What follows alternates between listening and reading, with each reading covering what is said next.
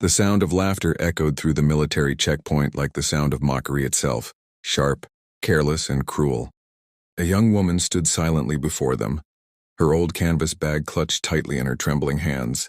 Her clothes were simple, her shoes worn, and her face pale from the heat of the afternoon sun. To the soldiers standing guard, she looked like just another visitor, someone out of place among the steel, order, and pride of the military academy. But what they didn't know was that the moment they unzipped that old bag, history was about to silence their laughter forever. Private Karim chuckled as he shook his head. What could a woman like her possibly have in that bag? He muttered while others joined in his amusement. The young woman said nothing.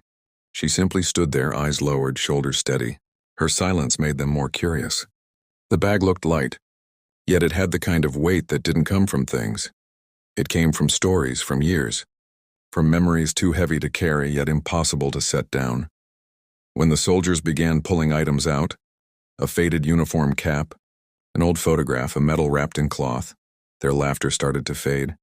The sunlight hit the metal insignia, revealing its dull gold sheen. Fleet Command, Northern Division. Private Karim froze mid-motion. His laughter died first. The others fell silent next. The air changed, heavy with an unspoken tension. And then footsteps approached, slow, firm, carrying authority. The soldiers straightened immediately as Captain Raymond walked toward them. His gaze was stern, his voice even. "What's going on here?" he demanded. Nobody answered. The young woman finally looked up, her eyes meeting his.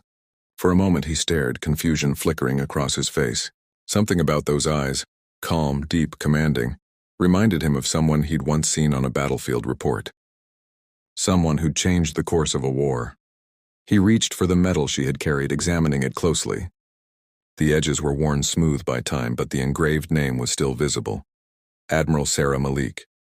His breath caught. The soldiers' faces turned pale. They looked at the woman again, her weathered hands, the faint scar across her wrist, the quiet authority in her posture. It all made sense now. The woman they had just mocked was not a visitor, not a civilian. She was her. The hero whose name had once echoed through every naval base in the country. Sarah Malik had once commanded a fleet of destroyers during the Northern conflict.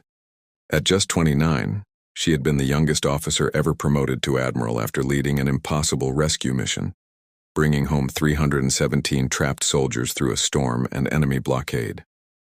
But after the war ended, she disappeared from public life, refusing interviews, awards, or recognition. The media called her a mystery. The soldiers called her a legend. But none of them knew what her silence truly meant. When the captain finally realized who stood before him, he snapped to attention. With a sharp motion, he raised his hand to his forehead and saluted. The soldiers followed, trembling. "Admiral," he said quietly, his voice shaking with respect. "Forgive us." Sarah didn't answer at first. She looked at each of them, her gaze steady, not angry but infinitely sad. "You have nothing to apologize for," she finally said, her voice calm but carrying a weight that silenced even the wind. "You only forgot what respect looks like when it's not wearing a uniform." The captain's throat tightened. The soldiers' eyes glistened with shame. One by one, they lowered their heads. As the moment stretched, Sarah turned her gaze to the academy gates beyond them. The same gates she had once walked through decades ago as a young cadet, full of fire and hope, unaware of how much pain and glory the years would bring. She had come today not for recognition, but to quietly deliver her late mentor's belongings to the memorial hall, the man who had taught her everything about leadership, compassion, and courage. But fate, it seemed, had its own plan, to remind those who serve that true greatness often walks quietly, without medals, without titles, without the need to be seen. The captain insisted on escorting her to the hall personally. As they walked, silence followed her like a shadow. The younger recruits stood in line, eyes wide, whispering as they realized who she was. Some even saluted, tears in their eyes. She acknowledged none of it. She simply walked forward, calm and humble, her presence more powerful than any speech. When they reached the memorial, Sarah placed the folded flag and her mentor's old photograph beside the marble plaque. She whispered something too softly for anyone to hear, then stood straight, her expression distant. Not proud, not broken, just deeply human. For her, every battle, every scar, every salute had led to this in a quiet moment of farewell, unseen by the world, yet more honorable than any ceremony. As she turned to leave, Captain Raymond's voice broke the silence. "Ma'am," he said softly, "why did you never return to command? The Navy still remembers your name." Sarah paused for a long moment. "Because," she said slowly, "some wars don't end when the gunfire stops.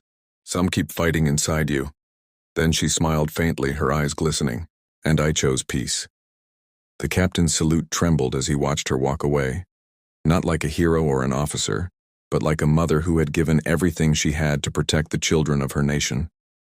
The wind caught her scarf, lifting it slightly, and for a brief second it looked like the flag itself bowed to her. When she disappeared beyond the gates, no one dared to move. The soldiers who had mocked her stood frozen, their faces wet with shame. They had laughed moments ago, but now they could barely breathe under the weight of what they had witnessed. They had mocked a legend, and she had forgiven them with grace they didn't deserve. Later that evening, the captain stood in front of his men and said only one thing: "Never measure someone by what you see. The greatest soldiers are the ones who no longer wear their medals." And from that day on, whenever a new recruit joined the academy, the story of Admiral Sarah Malik was told, not as a tale of war, but as a lesson in humility, respect, and the quiet strength of those who never stop serving, even in silence. If this story touched your heart, please take a moment to like and share it. Your support helps keep these real, emotional stories alive for the next generation. Special request: comment below. What does true respect mean to you? I'd love to read your thoughts.